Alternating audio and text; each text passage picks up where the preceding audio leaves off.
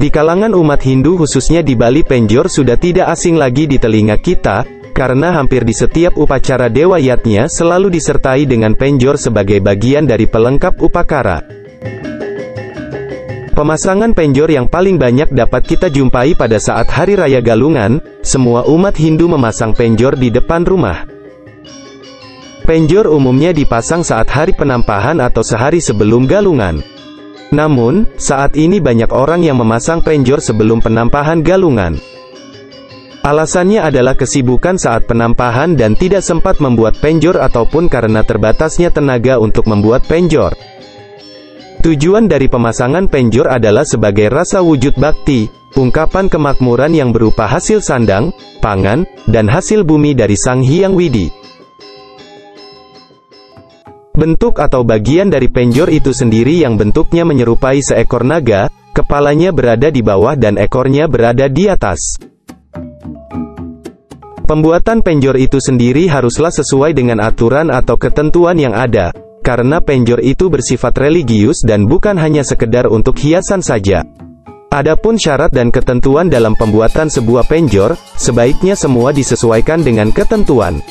Seperti misalnya, penjor itu haruslah dibuat dari sebatang bambu yang pada ujungnya melengkung. Badan bambu dililit dengan janur atau busung setinggi di atas kepala pemiliknya. Sejengkal di atas kepala dihiasi dengan janur atau ambu. Dan di atas lilitan rambutnya diisi dengan pala bungkah, pala gantung, dan pala wija. Pada ujung bambu diisi sampian penjor, canang sari dan porosan. Di bawah penjor bagian bawah dipasang sangga arda candra yang dibuat dari bambu yang bentuk dasarnya persegi 4 dan bagian atapnya melengkung setengah lingkaran yang membentuk bulan sabit dan dihiasi ujung janur yang utuh. Menurut sumber sastra agama Hindu, penjor sebaiknya dibuat agar mempunyai sifat religius dan mempunyai arti atau fungsi tertentu dalam setiap upacara keagamaan dan wajib dibuat lengkap. Karena semua itu adalah merupakan simbol atau lambang yang memiliki makna tertentu. Berikut ini simbol-simbol yang ada dalam penjor. Bambu sebagai simbol dari Dewa Maheswara. Kelapa dan janur sebagai simbol dari Dewa Rudra. Pala bungkah dan pala gantung sebagai simbol dari Dewa Wisnu. Pelawa atau daun-daunan sebagai simbol dari Dewa Sangkara. Padi sebagai simbol dari Dewi Sri.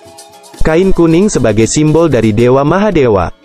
Daun ambu sebagai simbol dari Dewi Durga. Tebu sebagai simbol dari Dewa Sambu.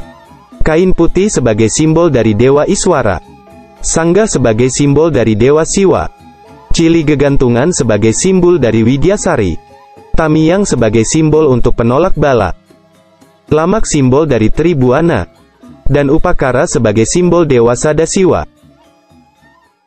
Jadi makna penjor dalam kegiatan upacara dan hari raya agama Hindu di Bali, berkaitan erat dengan galungan, yang melambangkan buana agung dan simbol gunung yang memberikan kesejahteraan dan keselamatan sehingga dalam pembuatannya harus memperhatikan unsur-unsur yang dipakai melengkapi penjor tersebut. Penjor bisa dibuat seindah atau seseni mungkin sesuai dengan kemampuan, atau bahkan dibuat dengan sederhana sesuai kemampuan, situasi dan kondisi. Namun yang tidak bisa dikurangi adalah unsur perlengkapannya. Demikian ulasan singkat tentang penjor galungan. Semoga bermanfaat dan menambah wawasan kita semua.